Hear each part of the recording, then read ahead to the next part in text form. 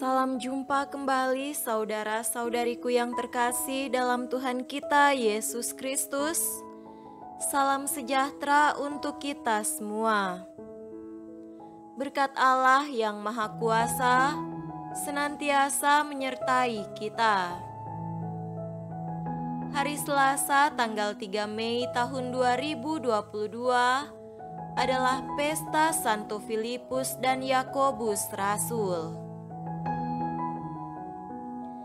Santo Filipus Rasul yang berasal dari Betsaida di Galilea adalah seorang murid Yohanes Pemandi.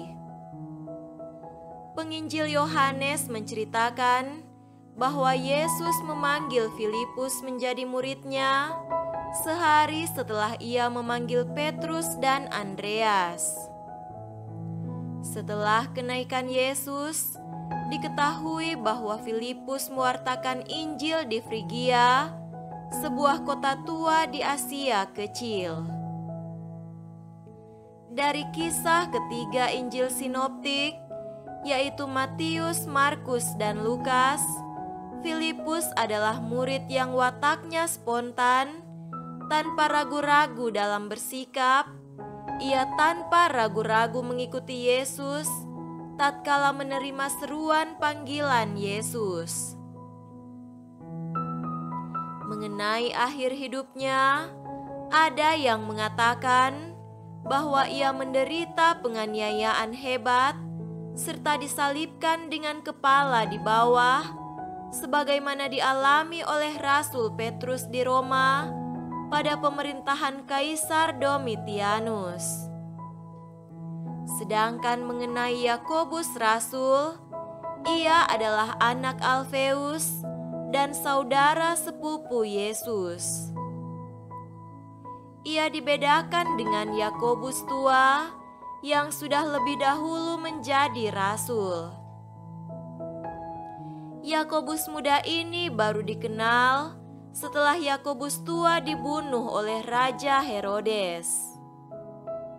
Ketika para rasul terpencar sesudah peristiwa kebangkitan Tuhan, Yakobus muda ini tetap tinggal di Yerusalem dan kemudian menjadi uskup Yerusalem yang pertama. Santo Paulus menyebut Yakobus sebagai soko guru gereja, sejajar dengan Petrus dan Yohanes. Menurut sejarawan Hegesippus, Rasul Yakobus menghayati suatu hidup yang amat keras, tidak makan dan minum anggur, sederhana dalam berpakaian, dan banyak menghabiskan waktunya untuk berdoa sambil berlutut.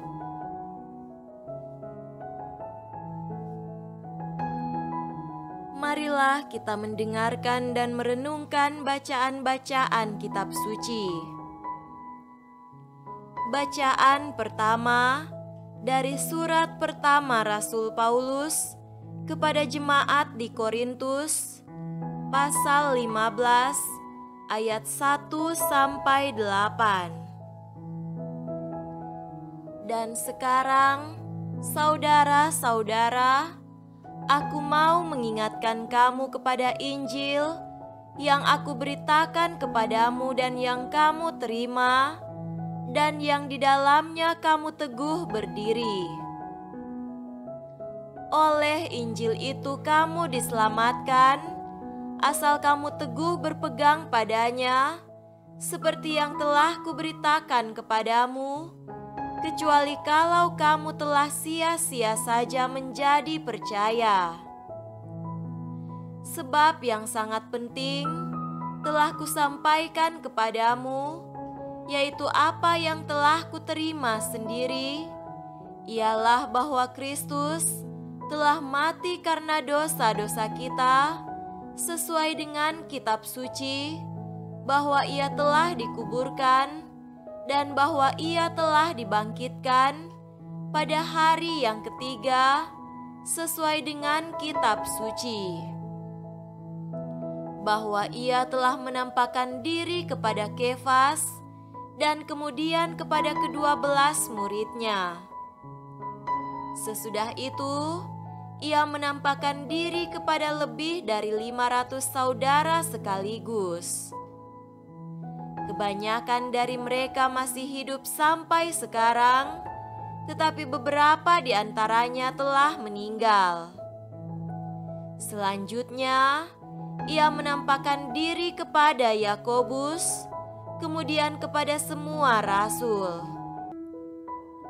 Dan yang paling akhir dari semuanya, ia menampakkan diri juga kepadaku, sama seperti kepada anak yang lahir sebelum waktunya. Demikianlah sabda Tuhan. Syukur kepada Allah.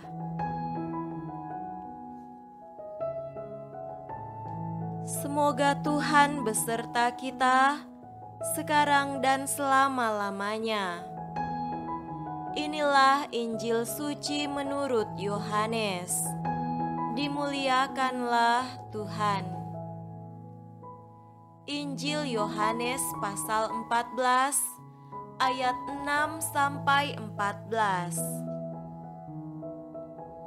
Kata Yesus kepadanya, "Akulah jalan dan kebenaran dan hidup. Tidak ada seorang pun yang datang kepada Bapa kalau tidak melalui Aku. Sekiranya kamu mengenal Aku, pasti kamu juga mengenal Bapa-Ku. Sekarang ini kamu mengenal Dia dan kamu telah melihat Dia." Kata Filipus kepadanya, "Tuhan, tunjukkanlah Bapa itu kepada kami, itu sudah cukup bagi kami." Kata Yesus kepadanya, "Telah sekian lama Aku bersama-sama kamu, Filipus, namun engkau tidak mengenal Aku? Barang siapa telah melihat Aku, ia telah melihat Bapa. Bagaimana engkau berkata, 'Tunjukkanlah Bapa itu kepada kami'? Tidak percayakah engkau bahwa Aku di dalam Bapa dan Bapa di dalam Aku? Apa yang Aku katakan kepadamu, tidak Aku katakan dari diriku sendiri, tetapi Bapa yang diam di dalam Aku, Dialah yang melakukan pekerjaannya. Percayalah kepadaku bahwa Aku di dalam Bapa dan Bapa di dalam Aku. Atau setidak-tidaknya, percayalah karena pekerjaan-pekerjaan itu sendiri. Aku berkata kepadamu, sesungguhnya barang siapa percaya kepadaku, ia akan melakukan juga pekerjaan-pekerjaan yang Aku lakukan, bahkan pekerjaan-pekerjaan yang lebih besar daripada itu. Sebab Aku pergi kepada Bapa. Dan apa juga yang kamu minta dalam namaku, Aku akan melakukannya, supaya Bapa dipermuliakan di dalam Anak. Jika kamu meminta sesuatu kepadaku dalam namaku, Aku akan melakukannya."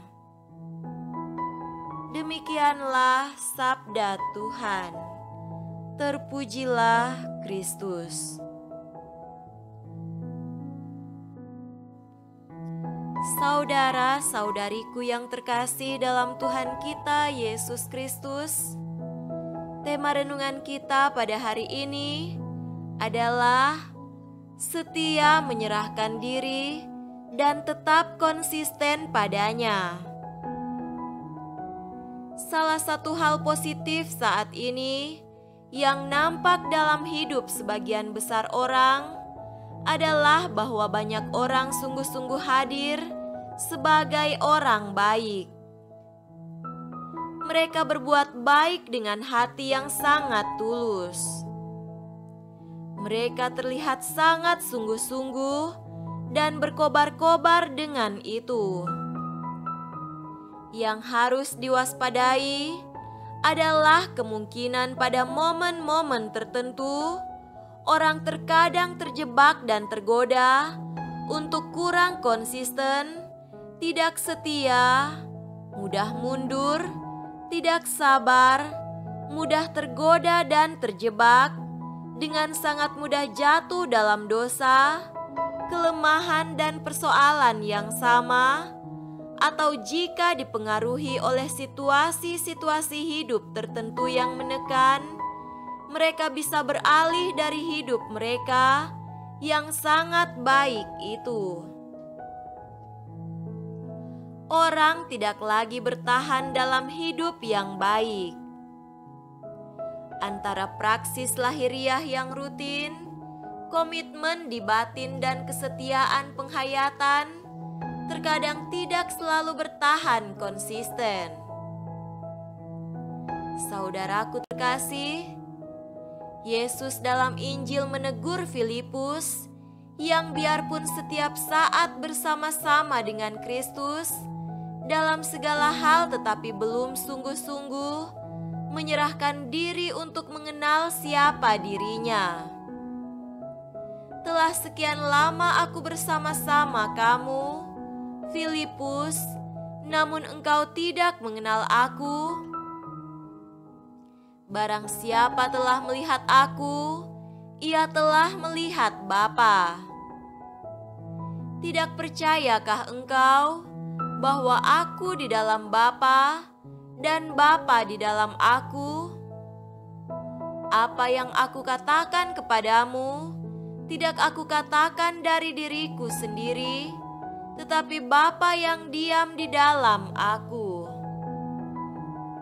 Dialah yang melakukan pekerjaannya.